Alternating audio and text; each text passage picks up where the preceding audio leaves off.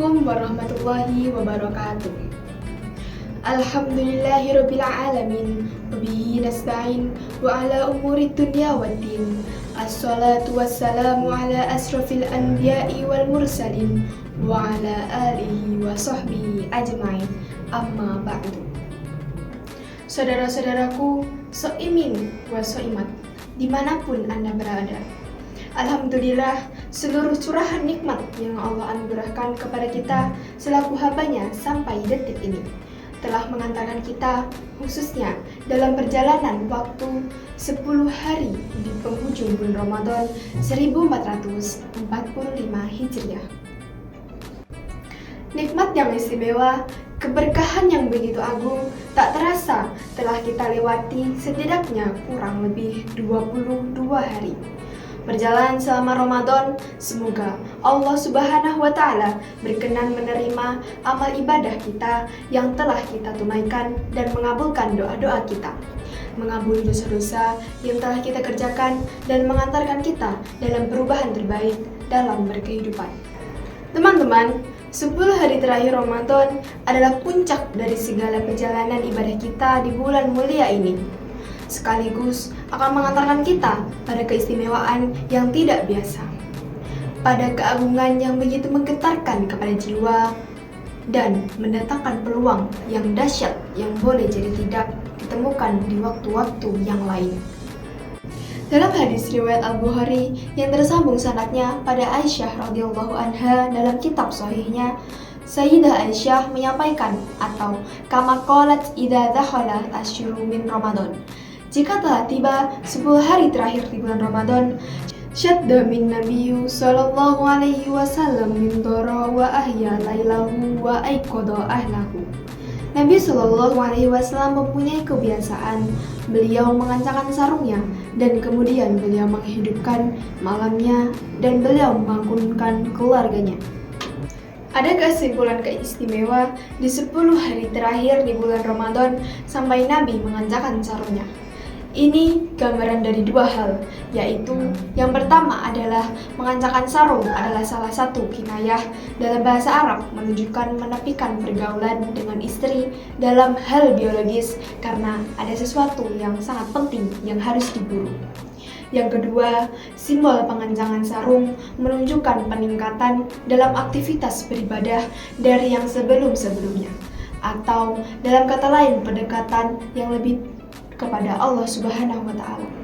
Lalu ahya lailahu, beliau menghidupkan malamnya, yaitu pertama adalah peningkatan ketaatan kepada Allah Subhanahu wa Ta'ala, yang berarti bisa diartikan dengan sholat, tilawah Al-Quran, karena hadis-hadis mengungkapkan bahwa Nabi Shallallahu Alaihi Wasallam setiap malam Ramadan didatangi oleh malaikat Jibril, dibimbing untuk tadarus, bisa membaca, bisa mengkaji, bisa juga dibimbing untuk pemahaman makna.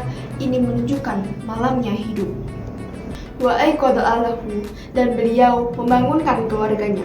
Beliau menginginkan tidak hanya sebagai pribadinya saja yang soleh, tetapi juga memberikan keteladanan pada umatnya.